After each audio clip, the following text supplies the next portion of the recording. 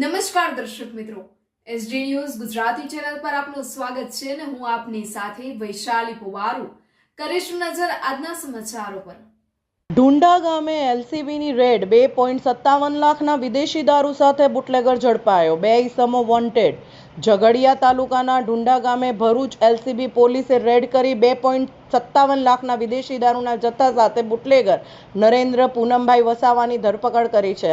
એલસીબીની ટીમે સ્થળ પરથી 50,000ની મોપેડ સહિત કુલ 3.12 લાખનો મુદ્દામાલ કબજે કર્યો છે।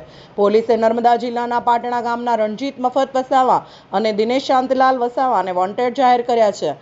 એલસીબીની ટીમને મળેલી ગુપ્ત માહિતીના આધારે ખેતરમાં રેડ કરી દારૂનો જથ્થો મળી આવ્યો હતો। ઉમલ્લા પોલીસ મથકે ગુનો નોંધાઈ વધુ તપાસ શરૂ કરવામાં આવી છે। Reporter Jayesh Prajapati, Ankleshwar, SD news Gujarati.